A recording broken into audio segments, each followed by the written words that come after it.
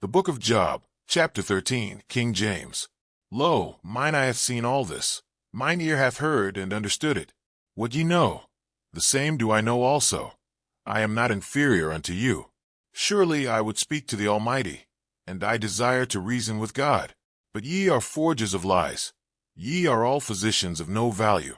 Oh, that ye would altogether hold your peace, and it should be your wisdom. Hear now my reasoning, and hearken to the pleadings of my lips. Will ye speak wickedly for God, and talk deceitfully for him? Will ye accept his person? Will ye contend for God?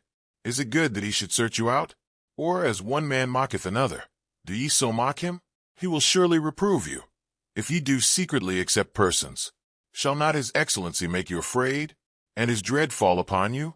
Your remembrances are like unto ashes, your bodies to bodies of clay.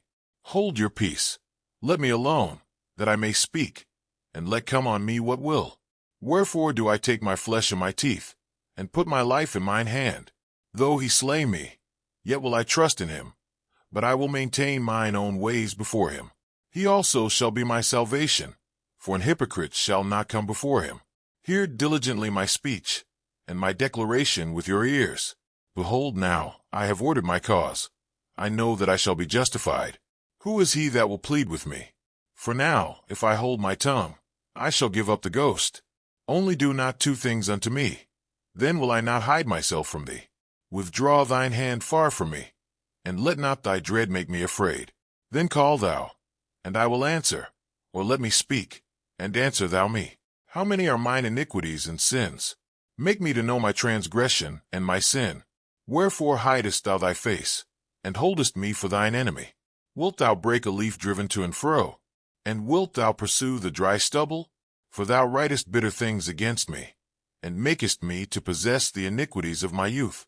Thou puttiest my feet also in the stocks, and lookest narrowly unto all my paths. Thou settest a print upon the heels of my feet. And he, as a rotten thing, consumeth, as a garment that is moth-eaten.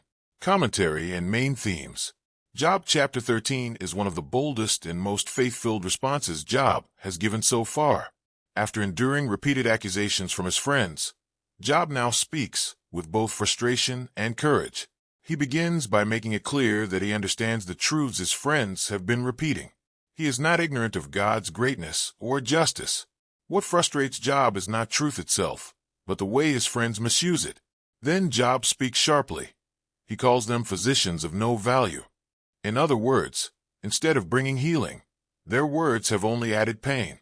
He even warns them that speaking falsely in God's defense is dangerous. This is a powerful lesson. It is possible to defend God in a way that dishonors him if truth is handled carelessly or without compassion. The center of this chapter contains one of the most famous statements in all of Scripture. Though he slay me, yet will I trust in him. This is remarkable.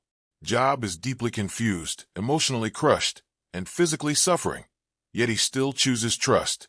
He does not understand God's actions, but he refuses to abandon God himself. At the same time, Job desires to reason directly with God. He wants answers. He asks God to reveal any sin if it exists. This shows that Job is not claiming sinless perfection. Rather, he sincerely believes he is not guilty of the hidden wickedness his friends accuse him of. Job also expresses the pain of feeling as though God has become his enemy. He compares himself to a dry leaf or weak stubble being pursued by overwhelming force. These are the cries of a suffering man trying to reconcile his faith with his experience. Yet throughout the chapter, Job's faith remains alive. He still believes God is ultimately his salvation. Even in anguish, he continues moving toward God, not away from him. Main themes. The danger of misrepresenting God while claiming to defend him, the courage to seek God honestly and suffering faith that endures without full understanding, the tension between trust and deep emotional pain, the importance of truthful and compassionate counsel. Job chapter 13 reminds us that real faith is not shallow optimism. True faith clings to God even when answers are absent and suffering is overwhelming. Job does not pretend everything is fine.